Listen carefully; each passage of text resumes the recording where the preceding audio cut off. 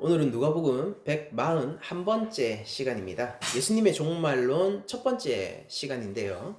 종말의 때와 징조와 제자의 태도라는 제목으로 누가복음 21장 5절에서 9절까지 말씀, 11절까지 말씀이죠. 죄송합니다. 11절까지 말씀을 전하도록 하겠습니다. 저희들이 예수님이 예루살렘으로 들어와서 누가의 기록을 보면은 누가는 지금 예수님을 계속 성전에 머물러 계시고 있는 장면들만 의도적으로 얘기하고 있는 것처럼 보여요. 그러니까 누가복음에서 성전이라는 모티브는 굉장히 중요하거든요. 그러니까 예수님이 지리적으로 이 직선상의 사역을 하신 것처럼 누가는 의도적으로 그 사역을 일자적인 지리 위에 그 사역을 위치시킵니다. 그러니까 정확하게 딱 일자는 아닌데 어쨌든 간에 위쪽에서 아래쪽으로 내려와서 성전에 도착하는 것으로, 그리고 성전에 도착하면은 그 성전을 떠나지 않아요. 사실 우리는 예수님께서 부활하신 이후에 갈릴리로 제자들을 찾으러 다시 가셨다라는 것을, 그러니까 북쪽으로 다시 한번 올라가셨다라는 사실을 잘 알고 있는데 누가는 그 사실을 기록에 넣지 않습니다.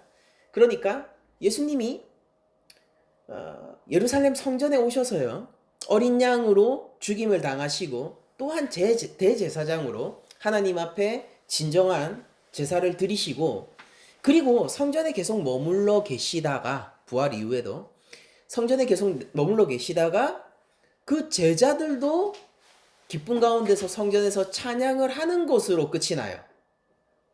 그게 누가복음 마지막 장면입니다. 성전에서 제자들이 하나님을 찬양하는 장면으로 끝을 맺는 게 누가복음이거든요. 그러니까 성전이라는 모티브가 누가복음에서는 굉장히 중요한 모티브 중에 하나입니다. 그리고 당연히 이 성전이라는 모티브를 통해서 누가복음 전체가 그려내고 싶은 것은 회복되어지고 완성된 하나님 나라를 보여주는 것이고, 바로 그 성전이라고 하는 것은 첫 번째로는 예수님 자신이며, 두 번째로는 그 주님을 따라 성령의 거룩한 전이 되어서 하나님을 기쁘시게 하고 하나님의 뜻에 순종하는 예수님의 제자들이 두 번째 성전이 되는 거예요. 그럼 여러분들 생각해 보세요. 지금 이 성전이라는 물리적이고 지리적인 공간 가운데에서 실제 헤롯 왕이 지은 성전이 여기 있단 말이에요. 여기 있어요. 그러면은 예수님은 이 성전에 대한 사람들의 인식, 이 성전을 중심으로 형성하고 있는 유대인들의 그런 신학들, 이해들, 이런 것들을 어떻게 하셔야 될까요? 일부분은 파괴시키고, 그리고 그들의 인식 가운데에서 남겨둬야 하는 것들도 성전으로부터 분리해서 진짜 성전, 진짜 하나님이 계신 곳, 진짜 하나님이 함께 하는 곳, 성전의 의미가 그거거든요. 하나님이 함께 하는 곳. 바로 임마누엘, 하나님이 백성과 함께 하시는 뜻을 가진 임마누엘 예수 그리스도 자신에게로 그 생각들을 돌리는 일을 하셔야 되는 거예요.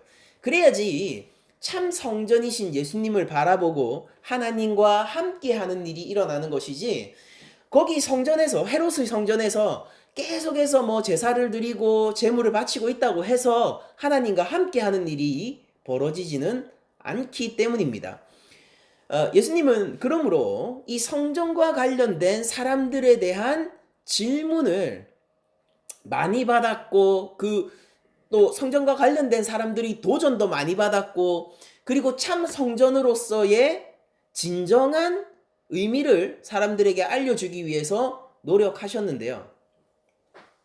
지금 그 성전을 바라보면서 어떤 사람들이 이렇게 얘기를 하고 있는 거예요. 아름다운 돌과 이게 완전 하얀 대리석이에요. 그러니까 오늘날 그 건축 재료 중에서도 대리석은 고급 재료잖아요. 그러니까 이때 당시에도 그랬고, 이 대리석이 우리가 무늬가 이렇게 자연스럽게 내어져 있지 않습니까? 근데 그런 무늬가 없이 백색에, 아주 하얀 백색에 가까울수록 그 예수님 당시에는 고급 돌로 생각을 했었거든요. 그래서 헤롯이 이 성전을 재건할 때에 이제 정치적인 이유 때문에, 왜냐면 자기는요 혼혈인이거든요. 반유대인이에요. 그러니까 반쯤은 유대인이고 반쯤은 이방인이란 말이에요. 그러니까 그들을 다스리는 분봉관으로서 이 사람들의 마음을 사기 위해서, 그 민족적인 차별이 어마어마하잖아요, 유대인들이. 그러니까 그들의 자기 혼연이라는 입장 때문에 그들의 환심을 사기 위해서 성전 재건을 할 때 진짜 공을 많이 들여줬어요. 왜냐면 성전 특별한 거잖아요, 유대인들의 입장에서. 그걸 엄청 아름답게 지어주기 위해서 노력을 했고, 그리고 요세푸스 같은 책의 기록들을 보면은 그게 최고급 대리석, 그러니까 아주 하얀 돌들로 만들어져서 로마 전역에서도, 여러분들 로마 전역에 신전들이 얼마나 많습니까? 근데 그런 신전들 다 합쳐도 굉장한 위용을 자랑했었던 게 당시 헤롯 성전이었다라는 것을 이제 문헌상으로 저희들이 발견하게 되거든요. 그러니까 이렇게 아름다운 돌과 헌물로, 거기에는 또 얼마나 많은 금이 들어갔겠으며, 거기에는 얼마나 많은 아름다운 그리고 고급 건축 재료들로 무슨 기둥 이런 거 하나 세워도 백향목 이런 걸로 세웠겠죠. 그런 것들로 이렇게 만들어진 걸 보면서 유대인들은 그걸 보면서 자부심을 느끼고 있었다고요. 그리고 성전이 무너지고 재건되고 무너지고 재건되는 것을 계속 겪었습니다. 첫 번째 무너지는 것은 이제 그 하나님께서 처음으로 우리가 선지서를 보면서 나오는 것이죠. 그렇게 바벨론의 침공에 의해서 한번 무너지게 되고요. 그리고 나서 재건을 한 게 스룹바벨이 중심으로 이제 성전을 재건하게 되고요. 그러고 나서 헬라 제국에 의해서 그게 또 한 번 무너지게 되고요. 그리고 나서 헤롯이 다시 재건을 한 성전이 예수님 당시의 성전이에요. 그러니까 솔로몬 성전하고 지금 여기 예수님 앞에 서 있는 헤롯의 성전은 같은 위치에 같은 건축 양식으로 지어졌지만은, 그러니까 설계도는 같지만은 사실은 다른 성전입니다. 유대인 입장에서는 어떠냐면은, 자, 성전은 특별한 곳이기 때문에요. 단순히 건축, 여러분들 우리 교회 지금 이거 무너지면은 어때요? 이게 가슴 아픈 일이지만은 이게 우리의 신앙적 도전이나 우리의 절망으로 다가오진 않죠. 이제 우리가 고민은 그거잖아요. 뭐냐면 아이고 우리 다음 주부터 예배 어디서 드리나, 이 정도 고민이 들 거 아니에요. 근데 유대인들 입장에서 성전이 무너진다라고 얘기하는 것은 하나님이 우리를 버리고 심판했다라는 뜻이고, 우리 제사장 나라로서의 이스라엘이 파멸에 이르렀다라는 뜻이에요. 그러나 다시 일어나서 성전을 재건한 것은 뭐냐면은 하나님이 다시 택정해 주셨고 우리는 고난과 역경을 이겨내고 다시 제사장 나라가 되었다라는 뜻이고, 그것이 다시 무너질 때는 하나님이 우리를 다시 심판하였으며 우리들은 이 민족적 구시점과 하나님 나라로서의 구심점, 제사장 나라가 곧 하나님 나라입니다. 하나님 나라로서의 구심점을 잃어버렸다라는 것이고, 또다시 재건이 되었을 때, 지금 이게 예수님 성전이죠. 예수님 당시의 성전. 이때는 우리는 한국어로 7.8기라는 게 있잖아요. 그런 것처럼 이게 두 번이나 무너졌는데도 다시금 회복하게 한 이스라엘의 어떤 민족적 자존심, 그리고 하나님 백성으로서의 정체성, 제사장 나라로서의 구심점, 이런 것들이 바로 당시의 성전이었단 말이죠.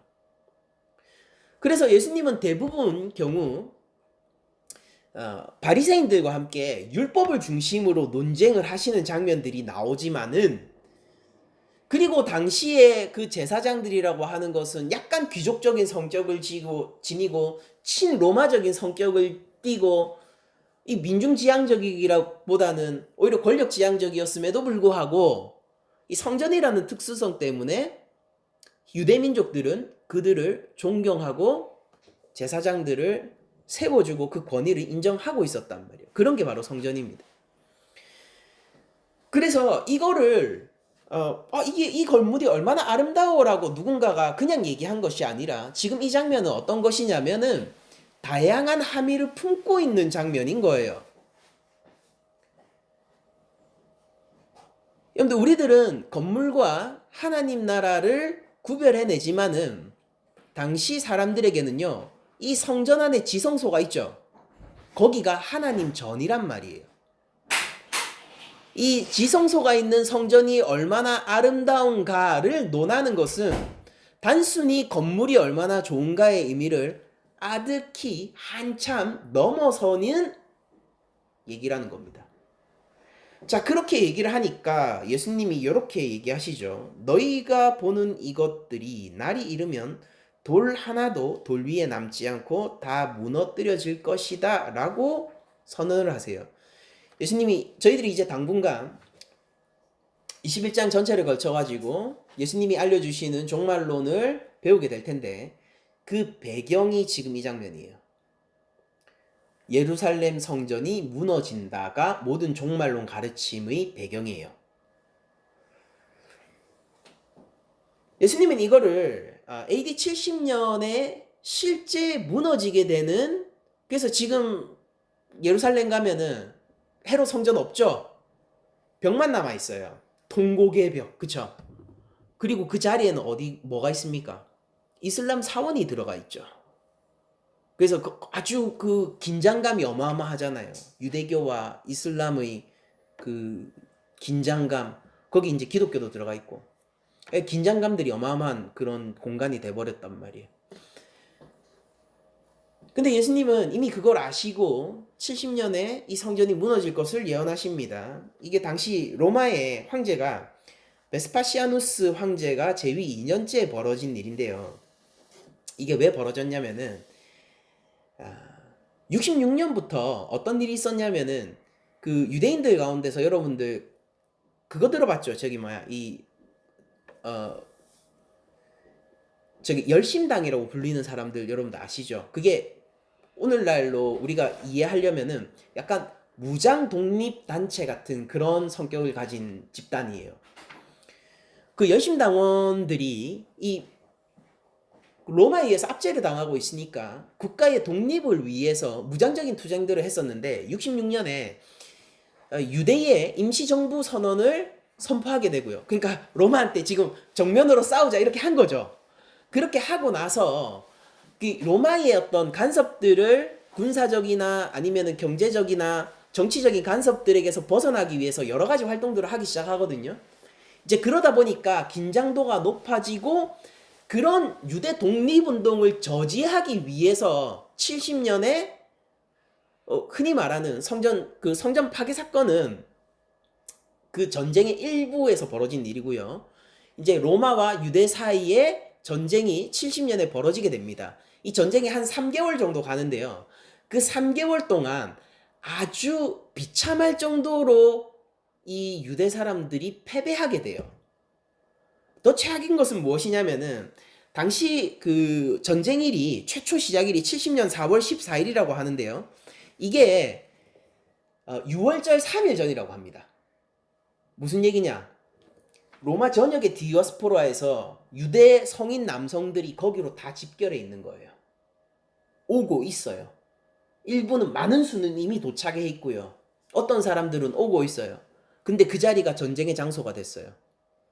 그러니까 다른 날에 전쟁이 벌어졌다라면 인명의 피해가 예루살렘에 있었던 사람들로 그치겠지만은, 이게 어떻게 하다 보니까 온 로마 전역에 있었던 유대인들을 한 자리에서 모아서 청소해버리는 듯한 그림마저 그려지게 된 겁니다. 굉장히 비참했어요. 그리고 성전은 파괴되고 약탈되고 불타 없어졌죠. 방화를 일으켰으니까. 그래서 남은 게 저거 지금 예루살렘에 있는 통곡의 벽 하나예요.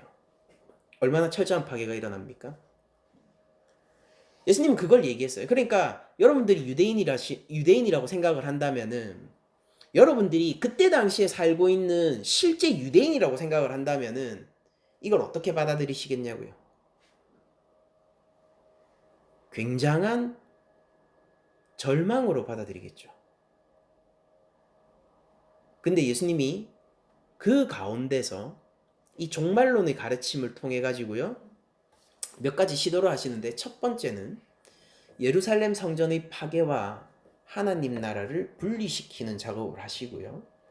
그리고 또 한편으로는요, 하나님 나라와 그들이 가지고 있는 하나님의 종말적 심판 있잖아요.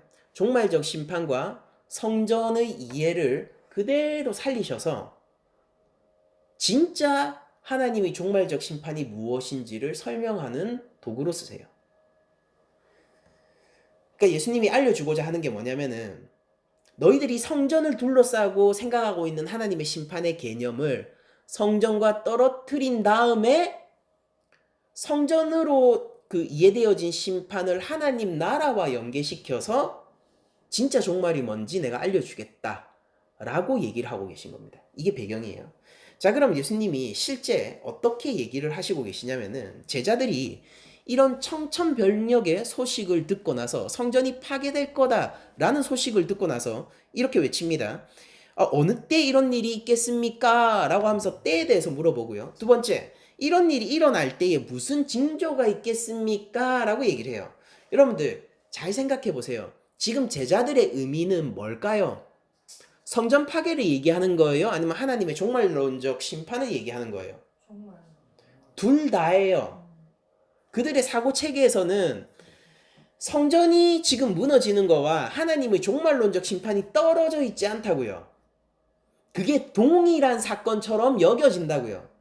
그래서 이거는 두 가지, 우리 입장에서는 두 가지 의미를 가지고 있습니다. 첫 번째는 실제 예루살렘 성전의 파괴를 물어보는 거면서 또 거기에는 하나님의 종말론적 심판에 대해서 물어보는 거예요. 이 두 질문이 유대인의 사고세계 속에서는 하나란 말이에요. 그런데 예수님이 대답하실 때 어떻게 얘기하시냐면은 성전의 파괴는 언급하지 않으시고 하나님의 종말론적 심판만을 얘기하면서 그 사고를 분리하려 하십니다. 그러면서 예수님이 진짜 종말이 뭔지 알려주시고 계신 거예요. 자, 봅시다. 예수님의 경고예요. 성전은 완전히 무너질 거예요. 그리고 성전이 무너지는 이유는 실제 그 역할을 하지 못하기 때문입니다. 자, 이거를 종말론적으로 얘기를 해볼게요. 우리 하나님의 백성이라 자처하는 자들이 무너질 거예요. 그 이유는 뭐냐면은 그들이 그 역할을 하지 못하기 때문입니다. 여러분들 누가복음이 예수님이 예루살렘 딱 도착하고 나서 성전에 대해서 계속 얘기를 했죠. 그때 그려진 성전의 그림들이 뭐예요? 우리가 앞서 설교로 들었던 그림들. 성전은 바로 기도하는 집이 아닌 강도의 소굴이 돼버렸고요. 역할을 이제 하지 못해요. 그리고 포도원 주인의 아들이 도착했으나 아들을 죽이는 자와 같은 그런 악한 청지기, 즉 제사장들이 주인 행세를 하고 있고요. 그게 성전이 자기 거 있냐? 진짜 주인의 아들이 왔는데 오히려 박해하고 죽이려고 모의를 한단 말이에요. 우리가 그 장면 봤잖아요.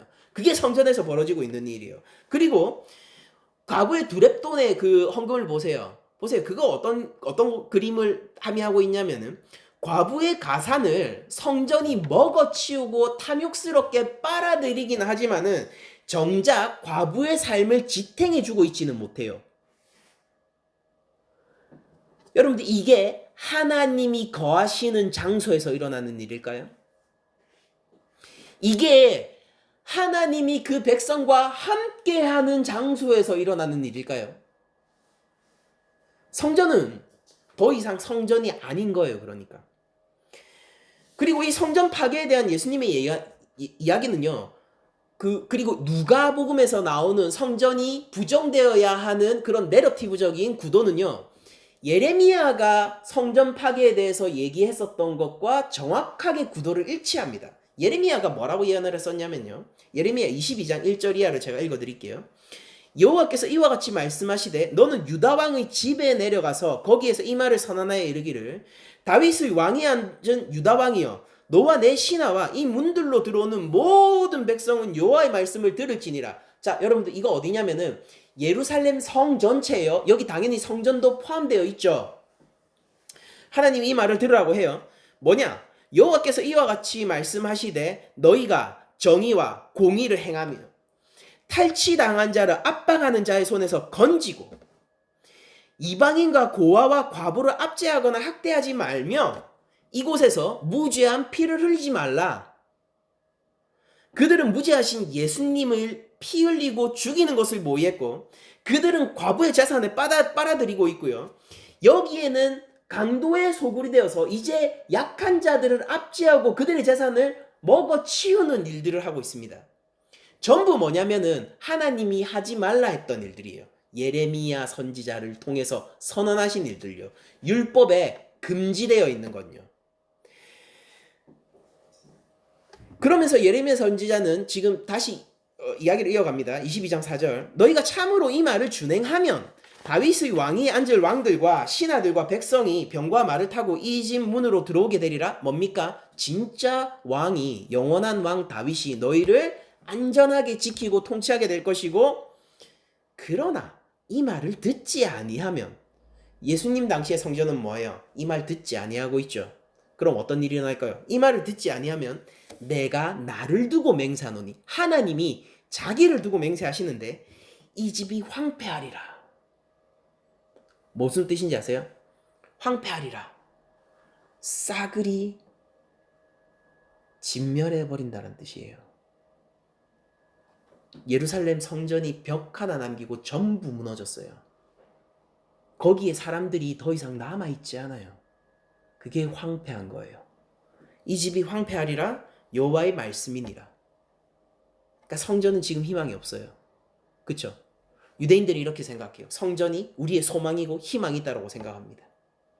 이게 우리가 하나님 나라의 백성이라는 제사장 나라라는 자부심의 근원이 되는 거예요. 근데 예수님은 뭘 얘기하고 있냐면은 이거는 더 이상 성전이 아니다라고 얘기하고 있는 거예요. 많은 그리스도인들이 자신이 성령의 전이라고 얘기를 하고 있습니다. 잘 생각해 보세요. 성령의 전이다. 내가 성전이다라고 주장하는 것이 나를 성전되게 하는 것이 아니라 하나님의 기쁘신 뜻을 실천하는 것이 우리를 성전으로 만드는 거예요. 그래서 예수님은 이런 예레미야 선지자적인 배경 위에서 그러니까 유대인들이 이걸 이해하고 있기도 하고 예수님도 그걸 인정하시고 계시지만은 그래도 70년에 있을 성전 파괴를 통해서 이제 예수님은 한 걸음 더 나아가서 그것과는 상관없는 하나님의 종말론적인 심판에 대한 가르침을 주시고자 합니다.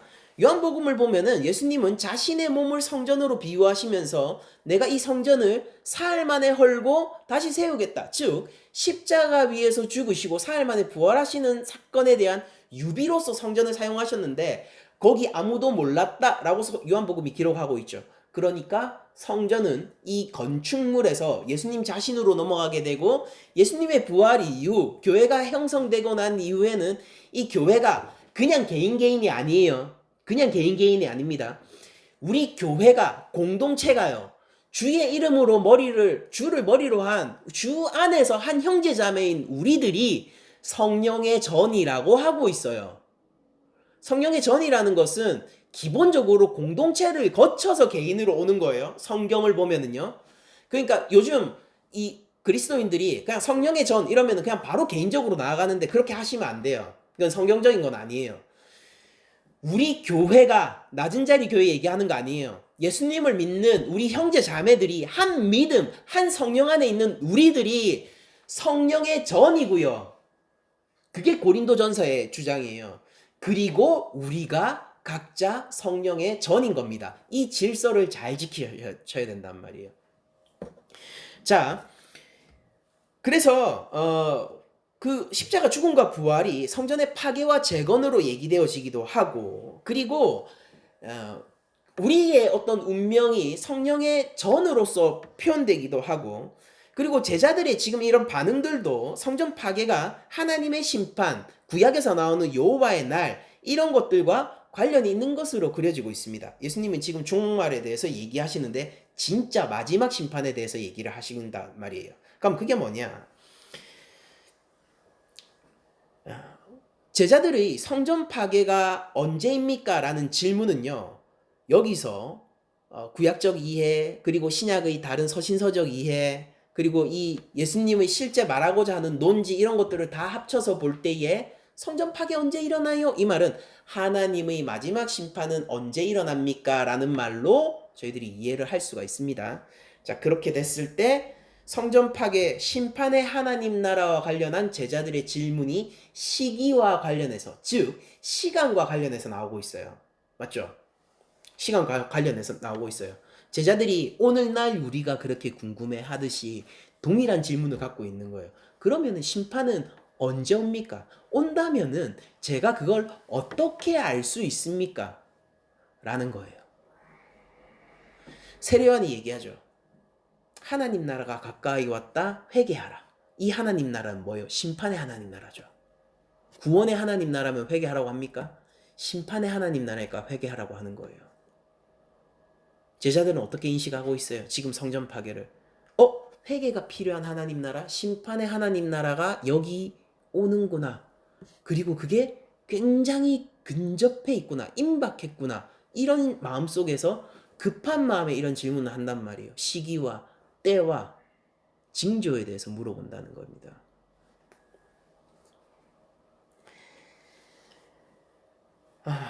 근데 예수님은 결국 뭘 얘기하시냐면요.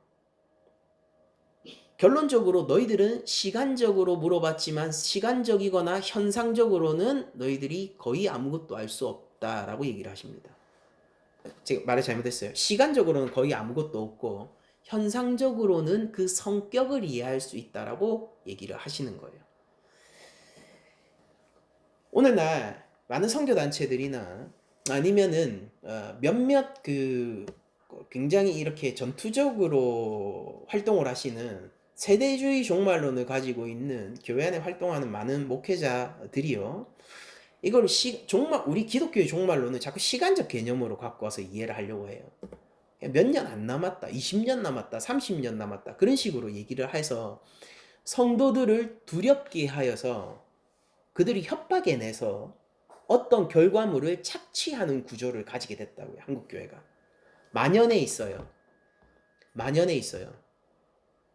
그렇게 하지 마세요. 오늘 본문이 뭐라고 얘기합니까? 예수님이 종말에 대해서 얘기하시는 것은요. 두려워서 벌벌 떨게 하시는 게 아니라 두려워하지 말라고 얘기하신 거예요. 어떻게 이해하면 우리가 그럼 두려워하지 않을 수 있어요? 요즘 종말에 대해서 얘기하는 많은 사람들, 종말을 자기 아이덴티티로 내거는 설교자들이나 선교단체들 보면은 아무리 듣고 아무리 생각을 해봐도 그게 내가 두려워 떨어야 하는 일이고 실제로 협박도 하고 있는데 왜 예수님은 종말에 대한 얘기를 해놓고 두려워하지 말라라고 얘기하시냐고요. 오늘 우리는 그거 말씀 때문에 이 실제 그들이 다루는 본문이잖아요. 근데 우리는 그것 때문에 두려워지고 있는데 왜 예수님의 실제 제자들은 이 말을 들었을 때 두려워하지 않을 수 있냐고요. 해석의 문제예요. 말씀이 이야기하는 바를 들읍시다. 편견을 다 내려놓으세요. 지금 이 순간. 내가 알고 있던 종말에 대한 개념들 여러분들이 어디까지 알고 있는지 몰라요. 그러니까 일단 다 내려놓아 보세요. 그리고 말씀이 하는 걸 한번 들어봅시다. 먼저 첫 번째. 이르시되 미혹을 받지 않도록 주의하라. 내 이름으로 와서 이르되 내가 그라하며 때가 가까이 왔다 하겠으나 그들을 따르지 말라라고 얘기하면서 미혹에 대한 경고를 하고 계시죠. 그러니까 이 미혹은 어떤 거냐면 거짓 정보와 거짓 가르침에 대한 경고예요. 그쵸? 자, 때와 시기를 물었습니다. 그런데 예수님이 얘기하는 거는 어느 때다라고 얘기하는 놈들 믿지 마라고 얘기하세요. 예수님도 뭐라고 했습니까? 나도 모른다. 그날은 성부만이 아신다 라고 얘기를 하고 계세요. 때가 언제입니까? 시기가 언제입니까? 예수님 뭐예요? 나의 이름으로 거짓말하는 자가 있을 거야. 시기와 관련해서 믿지 마. 때와 관련해서 거짓말하는 자가 있을 거야. 믿지 마. 내가 그라고 하는 사람들이 나타날 거야. 믿지 마. 그냥 여러분들 한국 교회에 퍼져 있는 만연해 있는 종말론이 거의 대부분이 여기서 거의 80% 이상 컷 당합니다. 시기적으로 이해하지 마세요. 종말은 성격적인 거예요.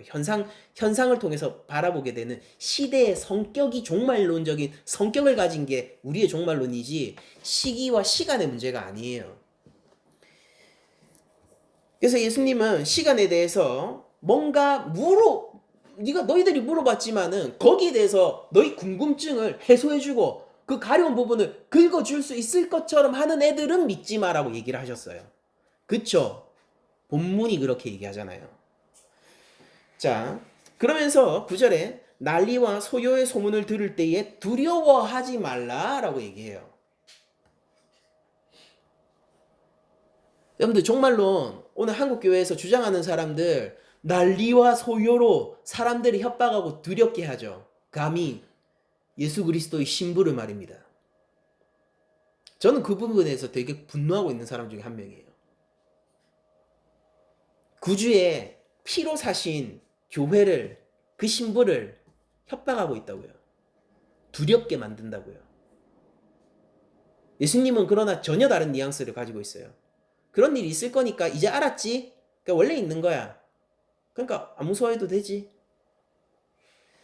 번지 점프대에 올라갑니다, 제 아들이. 그럼 제가 이렇게 얘기해 줄 거예요. 거기 가면은 엄청 높은 데 갈 거야. 밑에 보잖아. 떨어지면 죽을 것 같은 마음이 들걸? 그래도 이제 알았지? 대비해? 대비해? 그거 별거 아니야. 실제 죽는 거 아니야. 대비해?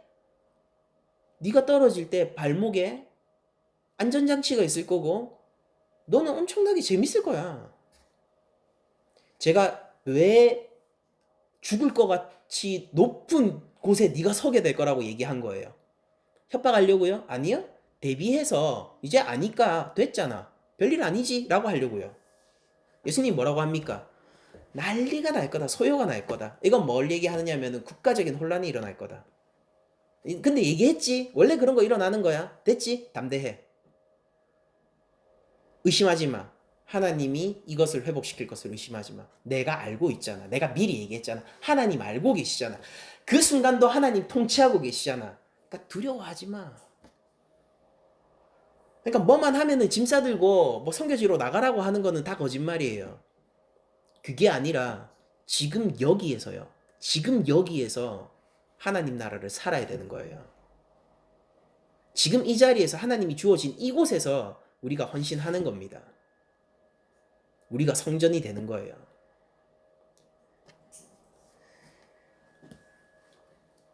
그리고 나서 예수님이 두려워하지 말라 이후에 나오는 말이 굉장히 강력하죠. 이 일이 있어야 하되 끝은 곧 되지 않을 것이다. 그러니까 뭐라고 얘기하냐면은 이 일이 아직 일어나고 있잖아. 그럼 끝이 아니야.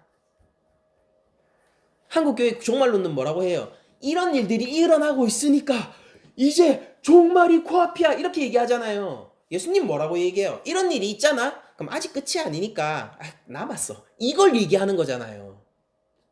본문이 얘기하는 게 그거 아니에요? 왜 본문 전체를 받아들이지 않고 본문의 일부분만을 가져온 다음에 그걸 짜깁기해서 그리스도의 신부를 협박하는 일에 사용하느냐 말입니다. 본문이 뭐라고 해요? 실제 하나님의 말씀은 뭐라고 기록되어 있냐면 그런 일이 일어나지 그거 아직 끝 아니야. 그러니까 남았다 이 말이에요. 지금 그러면 오늘날 세대주의적 종말론자들이 한국에서 얘기하는 설교들과 성도들을 향해서 협박하는 대부분의 내용은 우리를 안심케 하는 거예요. 예수님의 종말론에 따르면. 왜냐면은 그런 일들이 막 벌어지고 있죠. 그러니까 아직 끝이 아니라고요. 아직 남았다니까요. 그러니까 누가 시기를 얘기하고 누가 협박을 하고 누가 하나님의 헌신된 사람들이 그 자리에서 하나님이 보내주신 자리에서 충성하지 못하게 합니까? 우리는 선교에 헌신하는 사람들이 아니라 하나님께 헌신하는 사람들이에요. 저는요, 목사직에 헌신하는 사람이 아니라 저는 저의 구주 대신 예수님께 헌신하는 사람입니다, 저는. 그러니까 이거는 정말 다른 이야기예요. 여러분들 잘 구별하셔야 돼요. 그리고 나서 또 이렇게 얘기하시죠. 민족이 민족을, 나라가 나라를 대적하여, 그러니까 국가적 혼란을 더 넘어서서 전쟁도 일어나겠고 라고 얘기해요. 전쟁 있죠. 그리고 나서는 또 뭐가 있습니까? 천재지변과 전염병, 자연재해들이 일어날 거라고 합니다. 곳곳에 큰 지진과 기근과 전염병이 있고 또 무서운 일과 하늘로부터 큰 징조들이 있을 거다라고 얘기를 합니다. 이게 무슨 말인지 아세요? 여러분들 예수님이 얘기하신 건 이거예요. 언제입니까? 라고 얘기를 할 때 예수님이 이렇게 얘기하는 거예요. 자, 어쨌든 간에 너희들이 바라보는 걸로는 아직 끝이 아니고 그냥 어림짐작할 수밖에 없는 것들만 있을 거고 실제 그날이 가까워와서 그날이 오잖아. 그럼 네가 징조잖아요. 눈으로 목격하게 될 텐데 그럼 끝난 거야 라고 얘기하는 거예요. 대비할 수 있는 게 아니에요. 예수님이 그 하나님 나라가 도둑처럼 온다라고 하죠. 여러분들 집에 도둑이 들면 어떻게 됩니까? 맞닥뜨리면은 와 있는 거예요. 여러분들 징조를 보게 되잖아요. 그럼 그날이 무서운 일이 벌어지는 그날이라고요. 제자들 중에는 이렇게 생각한 사람도 있을 거예요. 아, 하나님은 심판의 날이 곧 구원의 날일 텐데 그 나 없는 데서 일어나는 건 아닐까? 예수님이 뭐라고 얘기하냐면 너희들이 볼 수 있다고요. 어디에 어떤 자리에 있든지 간에요. 미국에 있든 한국에 있든 인도에 있든 어디에 있든지요. 북극에 있든 남극에 있든 보게 된다고요. 우리가 달에 있으면요. 그 우주 비행사가 달에 탐사 나가 있으면 어떻게 될까? 본다고요. 그날을 보게 될 거라고요. 그럼 그날을 보게 되면은 대비를 할 수 있습니까? 못 한다는 거예요. 예수님이 얘기하는 건 뭐냐면은 자 너희들이 시기를 유추해서 가까울수록 대비하라가 아니라 자 봐봐 하나님 나라 오지 근데 오면 끝이야. 그럼 어떻게 해야 됩니까? 지금 여기서 하나님 나라 살아야 되는 거예요. 그게 준비되는 신부들입니다. 두려운 게 아니에요. 무엇 속에서요? 밖에서 난리가 나고 전쟁이 일어나고 기근이 일어나고 전염병이 돌고 뭐 세상이 바뀌어가도 우리들은 예수님이 다 얘기해줬잖아요. 그럴 거라고요. 아직 끝이 아니래요. 그래도 하나님 우리 여기 있어야 됩니까? 있어야 된다고 얘기하시잖아요. 그럼 우리는 담대하게 자기 자리를 지키면서 주 예수 그리스도를 바라보고 그분이 걸어가신 십자가 길을 그냥 따라가면 되는 거 아닙니까? 제가 물어보겠습니다. 여러분들 선교사가 위대합니까? 순종하는 자가 위대합니까? 하나님은 겉모양을 보십니까? 중심을 보십니까? 왜 사람들이 특정한 일을 하면은 더 하나님께 헌신하고 있는 것처럼 여기냔 말이에요.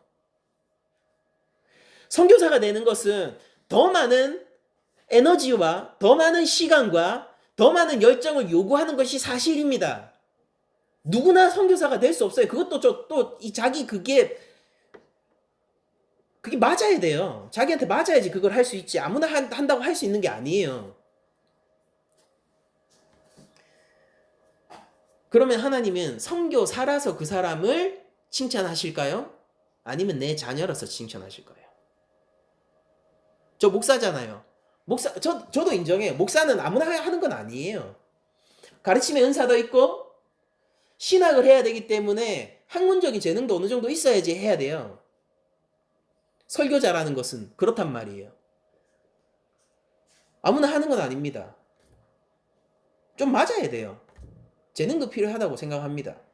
근데 하나님이 제가 목사라서 칭찬을 하실까요? 아니면 내가 구주 예수님을 믿는 믿음이 크기 때문에 칭찬을 하실까요? 공평하신 하나님은 한 달란트 남겼느냐, 세 달란트 남겼느냐, 다섯 달란트 남겼느냐로 판단하시는 것이 아니라 얼마나 순종했느냐로 판단하십니다. 우리의 목표는 뭐냐면요. 대단한 업적을 이루는 것이 아니라 내 삶 속에 맡겨진 것을 fully 순종하는 게 목적인 거예요. 그게 성경에서 나오는 성령 충만이란 말입니다.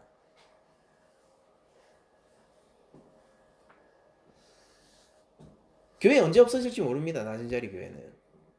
힘들면 닫을 수도 있겠죠. 그럼 저는 이제 너무 멀리 와서 별다른 일을 할 수가 없어요. 꺾으려면은 전도사 때 꺾어 했어야 됐는데 목사로 너무 오래 왔어요. 이제 어디 신입 사원도 못 들어갑니다. 자, 그럼 최악의 상황을 가정해 볼게요. 교회 문 닫았습니다. 저는 이미 어디 부목사로 못 들어가요. 나이가. 그런 상황에서 제가 또다시 개척을 할 것인가? 개척할 여력이 있었다면은 교회를 닫지 않겠죠. 그럼 그 상황 속에서 제가 뭘 해야 되겠습니까? 어쩌면 백수? 어쩌면 다른 그 육체적 노동? 뭐가 됐더라도 지금 위치에 있진 않을 거예요. 나 그게 하나님 앞에 순종하는 데 영향을 줍니까?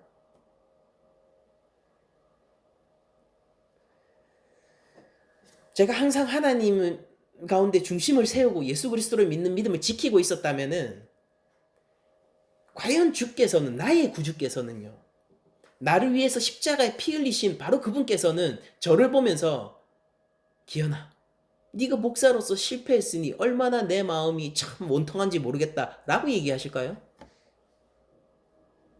아니면은 어려웠을 텐데도 너의 믿음을 꺾지 않고 지킨 네가 자랑스럽다라고 얘기하실까요?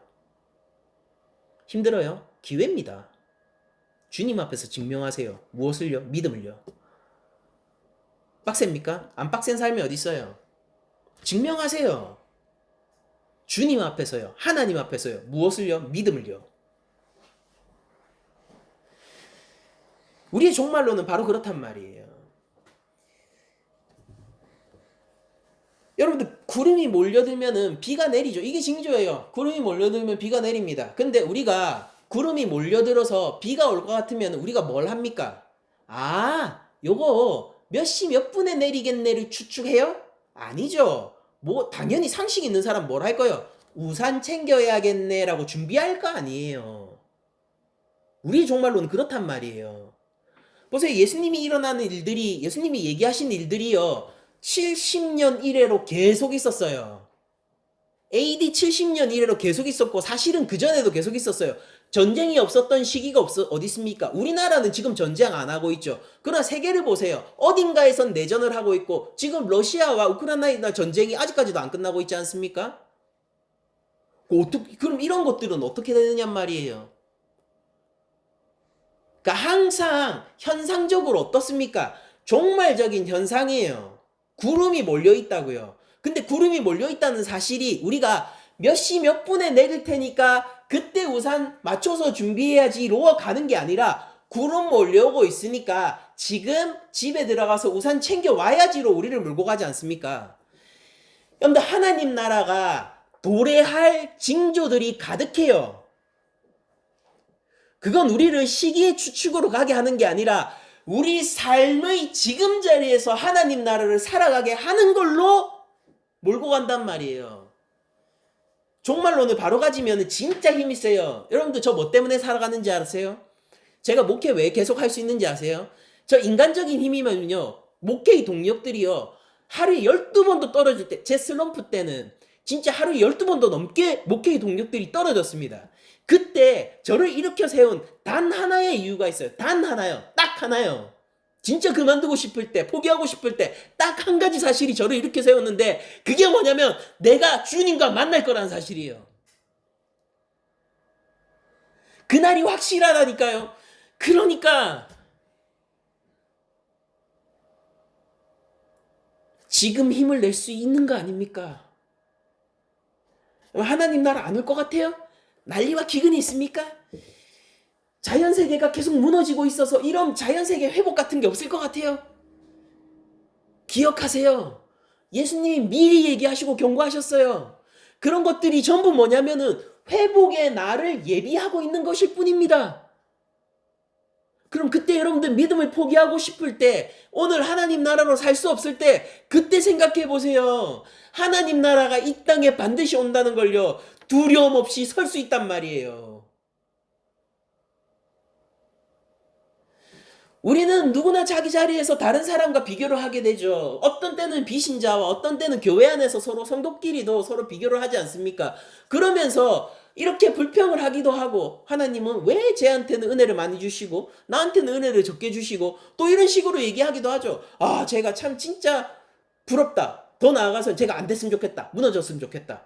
그러기도 하고, 근데 정작 내가 무너질 때가 오면은 하나님 진짜 너무하시다. 그런 얘기도 생각도 하기도 하지 않습니까? 우리 슬럼프도 오기도 하고 우리 무너지기도 하고. 근데 생각해 보세요. 하나님 나라가 확실히 온다니까요. 두렵습니까? 위로가 되는 거 아니에요? 요한계시록 주제가 그거예요. 자녀들아, 힘을 내. 괜찮아. 순교하고 있는 사람들한테 한 얘기예요. 군대, 로마 군대, 국가 권력에 쫓기고 있는 사람들한테 하는 얘기예요. 자녀들아 힘을 내. 내가 온다. 진짜야. 그러니까 진짜 살기 위해서 죽게 생명을 바쳐 라고 얘기한단 말이에요.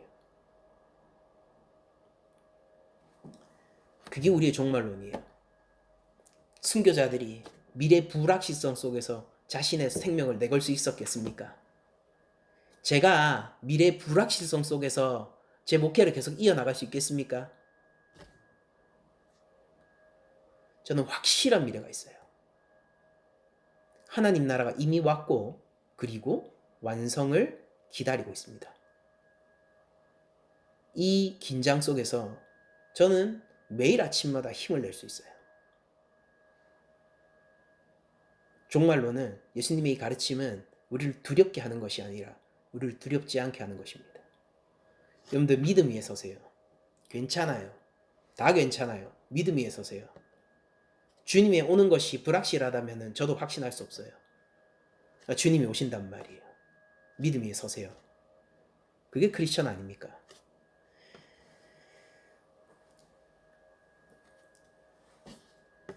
예수님은 친히 이 일이 먼저 있어야 돼 끝이 아니다 라고 얘기하면서 시기에 대한 것들을 얘기하지 않습니다. 많은 선교단체들에게 제가 안타까운 것이 무엇이냐면은 어떤 말로 교묘하게 뭐 포장하고 감추고 하더라도 그 속셈은 뭐냐면은 젊은이들에게 시간과 돈과 선교에 대한 헌신을 통해 죄책감이라는 것을 통하여서 두려움이라는 것을 통하여서 그들의 시간과 돈과 헌신을 요구하며 많은 사람들을 현장으로 보내는 데 있다라는 거예요. 이거는 어디에 기여하는 거냐면은 자기들 단체에 기여하는 거지 실제로 죽게 기여하는 것인가라는 거에 대해서는 우리 진짜 잘 생각해 봐야 돼요.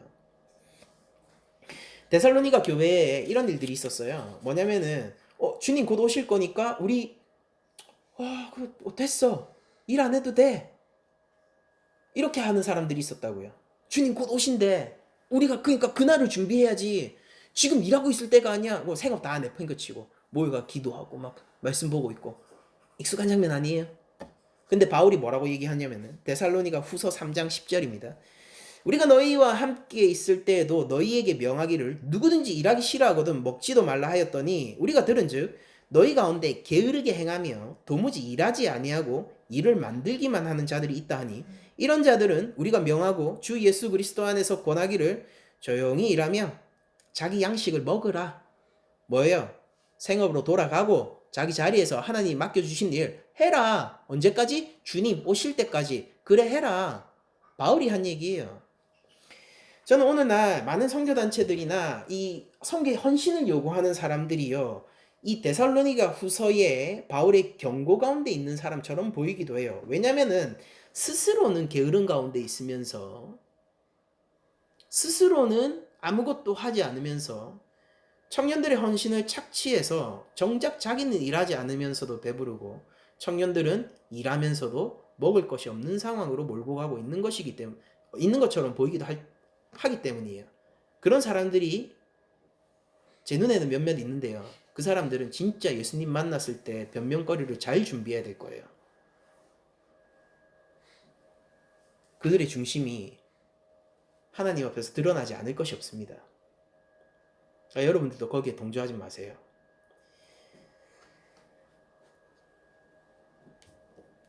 여러분들 시기는요.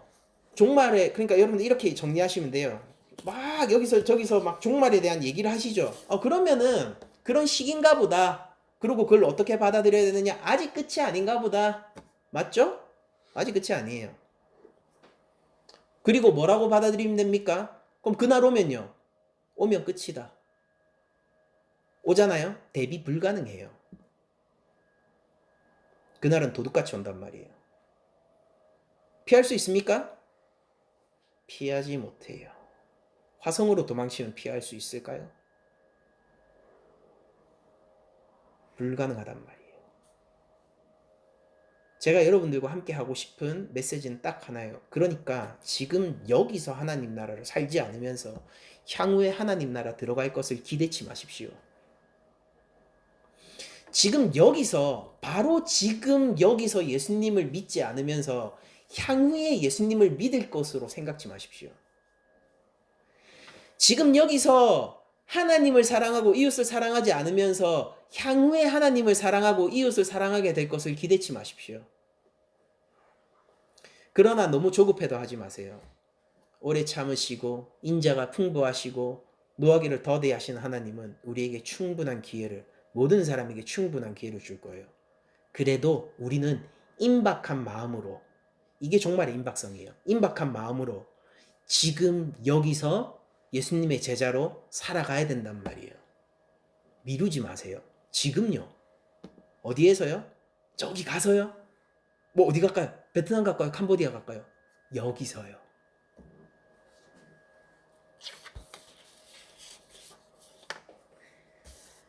마지막 때라는 것은 사실 조직신학적으로 이해하면은요, 예수님이 재림 이후로부터, 예수님이 초림 이후로부터 재림 사이의 모든 시간이 종말의 때입니다. 왜냐하면 시간의 개념이 아니라 성격의 개념이기 때문이에요. 예수님이 십자가가 섰을 때 하나님 나라가 이 땅에 침투해 들어와 의인들을 살리기 시작했습니다. 놀랍죠? 그 일 원래 언제 있어야 돼요? 마지막 심판에 있어야 되는 일이잖아요. 근데 아직 역사가 끝나지도 않았는데 시간적으로 보면은 마지막 심판에 있어야 하는 일이 지금 역사 중간에 생기기 시작하면서 과거, 현재, 미래의 모든 죄들을 사하기 시작했어요. 여러분들은 이 시기를 뭐라고 부르겠습니까? 종말의 시기라고 얘기를 하지 않겠어요? 지금 우리가 살고 있는 시대는 어떠냐면은 옛 시대와 새 시대인 하나님 나라가 중첩인 상태 가운데 있는 거예요. 그러니까 우리는 지금 여기에서 똑같은 자리에서, 여러분들 직장 나가시거나 가정 가시거나 길을 걷잖아요. 그럼 똑같은 장소, 똑같은 시간을 공유하면서 전혀 다른 두 세대가 있는 거예요. 하나님 나라의 세대와 옛 나라의 세대가 공존해 있는 것입니다. 이 중첩의 시대를 우리가 종말의 시기라고 하는 거예요. 이건 성격적인 거기 때문에 시간으로 따지는 게 아니란 말이에요. 앞으로 10억 년이 흘러도 전부 다 종말의 시기일 거예요. 왜냐하면 종말의 선언이 이제 이 세상을 덮고 있거든요. 우리가 주의해야 될 것은 딱 하나밖에 없어요. 예수님이 십자가 위에 죽으셔서 우리의 죄를 사하셨습니다. 자, 이제 이 사건에 대해서 우리가 어떻게 반응할 거냐고요. 이 종말적인 심판을 가늠하는 의인으로서 상급을 받을 것이냐, 죄인으로서 영벌을 받을 것이냐, 이 사건을 가늠하는 요 십자가 앞에서 우리가 어떻게 반응할 거냐고요. 요구하는 거 딱 하나예요. 예수님을 믿고 따르라는 거예요. 믿고 따를 때 어떻게까지요? 다음 주 우리가 설교를 들으실 건데, 어떠한 고난 가운데서도요. 어떤 고난 가운데서도요. 그러니까 약해지지 마세요. 대장부처럼 허리띠를 동이고 주의 군사로서 나서서 믿음을 지키십시오. 누군가 대장부처럼 허리띠를 동이고 군사로서 굳게 서서 이 단체 일 하세요, 이 교회 일 하세요 라고 얘기한다면 여러분들 주의하시기 바랍니다. 믿음을 지키세요. 내가 구주를 위해서 할 일을 찾으십시오. 작은 것에부터 큰 것까지. 먹는 것도 주를 위해서 하시고 자는 것도 주를 위해 하시고 나의 모든 것을 그리스도의 왕되심 가운데 던져 넣으십시오. 그리하면 우리를 지키시고 우리를 위하여 독생자를 아끼지 아니하신 우리 하늘아버지께서 우리의 삶을 책임져 주실 것이고 우리를 죽음에 이르지 않고 영원한 하나님 나라로 인도해 나가실 것입니다. 그리고 그 나라는 지금 여기서 우리가 살 수 있는 나라이기도 해요. 저는 한국교회에서 이제 더 이상 육신의 부활이라든지 새 몸이라든지 우리가 하나님 나라로 간다 라는 이야기들을 하는 거를 좀 많이 찾아볼 수 없게 됐다고 생각합니다. 사도신경에서 그것을 고백하면서도 정작 설교적으로는 다뤄지지 않는 것 같아요. 다 뭐를 얘기하느냐면은 이걸 얘기해요. 여러분들 삶에 문제가 있죠. 하나님 믿고 의지하고 기도하면은 힘을 주셔서 그걸 돌파할 수 있을 거예요. 꼭 그렇게까지 해야 됩니까? 그러니까 답이 안 나와도 예수님 오신다고요. 그래 그냥 그것 때문에 괜찮으면 안 되는 거예요? 막 우리 이렇게 얘기하잖아요. 아, 여러분들의 마음의 상처를 어떻고 그래서 주님이 치유를 해주시고 그런 일들이 있죠. 있습니다. 근데 카타콤에 살던 우리 믿음의 선진들은요. 미래가 없는 상황에서 기쁨으로 하나님을 예배하면서 죽어왔거든요. 마음의 상처가 없었을까요? 잊을 건 있고요. 버릴 건 버리고요. 포기할 건 포기하고요. 우리가 진짜 가져야 될 거 한 가지 가지고 하면 되잖아요. 믿음 아닙니까? 뭐 누가 모든 것을 소유합니까? 그러나 가장 귀중한 것 하나를 소유했으면 그걸로 족한 거잖아요. 그것이 심지어 우리 구주의 이름이라면 더욱 그러하지 않겠습니까? 그러니 이제 여러분들에게 위로의 말씀, 격려의 말씀을 전해드리겠습니다. 여러분, 주님이 오실 거예요. 세상을 이기신 그분이 오실 거예요. 루저입니까?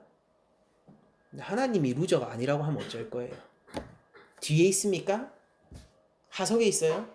주께서 그날 나를 일으켜 세워 상석으로 앉히면 어쩔 거냐는 거예요. 그냥 끝까지 가보자고요. 슬기롭게 대처하세요. 결과를 알고 있는 사람이 그 결과를 알고서도 실수를 하면 진짜 변명의 여지가 없는 겁니다. 여러분들 이제 저에게 이 역사의 종말을 들으셨습니다. 이제 책임이 있어요. 거기에 맞게 사세요. 우리가 그렇게 합시다. 우리가 그렇게 삽시다. 두려워하지 마세요. 종말의 표지 3가지 정리하겠습니다. 주의 이름으로 버리는 거짓 가르침과 거짓 메시아들, 속지 마세요. 우리가 따를 주님은 이미 성경에 기록되어 있고 성령님이 우리에게 알려주신 바 되었습니다. 두 번째, 세상의 전쟁과 소요가 일어난다. 사회와 국가의 혼란, 국가 간의 전쟁 이런 것들 여러분들 일어나요. 두려운 일이죠. 그래도 이게 끝이란 소리는 아니에요. 아직 끝이 아니란 소리예요. 세 번째, 자연재해가 출몰 합니다. 이거는 더 이상 인간의 힘을 넘어선 자연세계와 질서의 파괴들을 얘기하는 거죠. 그러나 걱정 마세요. 천지의 창조자 되신 하나님께서 여전히 주권을 가지고 노아에게 약속하신 그 언약을 지키고 계세요. 내가 2번 다시 이렇게 피조세계를 괴멸적으로 파괴하지 않겠노라 라고 약속하신 그 하나님이요. 그러므로 여러분들 이 세상의 끝과 향방을 알게 되었으니 이 지식으로 두려워하지 마세요. 조용히 바울이 데살로니가 교회에 얘기했던 것처럼 조용히 잠잠히 그냥 믿음을 지켜나가십시오. 어떤 일을 할지에 매몰되지 마시고 내가 어떤 자리에서든지 어떻게 충성할지에 대해서 고민하십시오. 누군가는 큰 집을 짓고 누군가는 작은 집을 짓습니다. 근데 저 목사잖아요. 근데 까놓고 목사 중에서 거의 제일 작은 집 짓고 있는 사람 중에 하나잖아요. 근데 충분해요. 왜냐면은 이게 내가 순종할 수 없다는 뜻이 아니에요. 그럼 그걸로 좋게요. 순종할 수 있으면 되는 거예요. 비교하지 마세요. 내 삶의 영역과 내게 맡겨진 순종이 겨우 1달란트밖에 된다라고 생각하지 마세요. 한 문화밖에 안 될 수도 있어요. 그러나 기억하십시오. 주님이 가장 칭찬하신 자는 겨우 2렙돈을 헌금했습니다. 왜? 생활비 전부를 넣었거든요. 이게 참 성전으로 사는 자들이에요. 예수님이 왕 되십니다. 하나님이 왕 되십니다. 그래요. 말로 하는 건 누구나 가능해요. 실제 그분의 종으로서 사는 것은 전혀 다른 일입니다. 하나님을 사랑하십시오. 구주 예수님을 따르십시오. 그럼 괜찮아요. 하나님이 완성된 하나님 나라를 우리 구주의 손에 들려서 이 땅 가운데 달려오게 하고 있어요. 확실해요. 확실합니다. 그러니 낭망치 마시고 쓰러지지 마시고 그 어떤 것도 두려워하지 마시고 믿음을 지키십시오. 이 시대가 심판받지 않는 것은 우리들이 있기 때문이에요.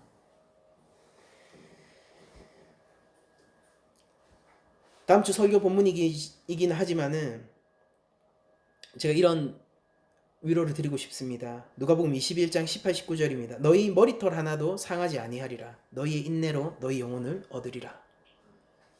하나님이 우리에게 약속하시는 것입니다.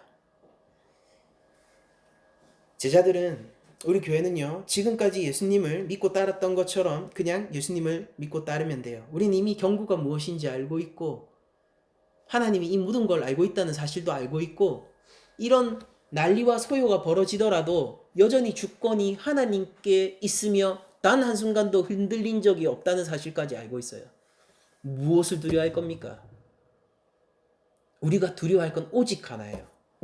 저 하나님이 내 아버지가 아니라는 사실을 두려워해야 되는 거예요.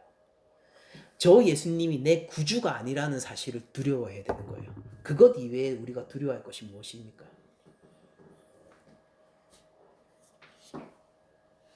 여러분들 계속해서 예수님을 믿고 그 믿음의 길을 걸어가십시오. 세상의 도전으로 믿음이 무너졌다 이런 말 하지 마세요. 3살짜리 믿음이나 하는 얘기 아닙니까? 우리 다 알잖아요. 주님이 모든 것을 아시고 우리에게 알려주셨잖아요. 그러니까 오직 담대한 믿음으로 제자의 길을 묵묵히 걸어가면 충분한 것입니다. 여러분들, 우리에게는 영생이 있습니다. 선교지 학교를 몇 개 지었다가 아니라요. 기부를 얼마를 했다가 아니라요. 내가 몇십 년을 교회를 섬겼다가 아니라요. 내가 선교사다 목사가 아니라요. 우리에게는 영생이 있어요. 우리의 기업은 예수 그리스도입니다. 종말의 시대, 종말의 시대입니다. 여러분들, 종말의 시대를 살아가세요. 숙제 검사 언제 오겠습니까? 몰라요. 내일일 수도 있어요. 그러니까 임박한 종말 가운데서 지금 오늘 담대하게 예수님의 제자로 사세요. 그러면은 성령의 약속을 따라서 우리는 구주를 맞이하고 하나님의 영광 가운데서 영원을 누리게 될 겁니다. 저는 여러분들의 마음의 상처가 아물 거다라는 소망을 드리진 못해요. 몰라요. 저도 지금도 상처 받으면서 살거든요. 모르겠어요. 여러분들의 경제적 상황이 나아질 거라는 소망은 못 드려요. 저도 그런 어려운 가운데 있거든요.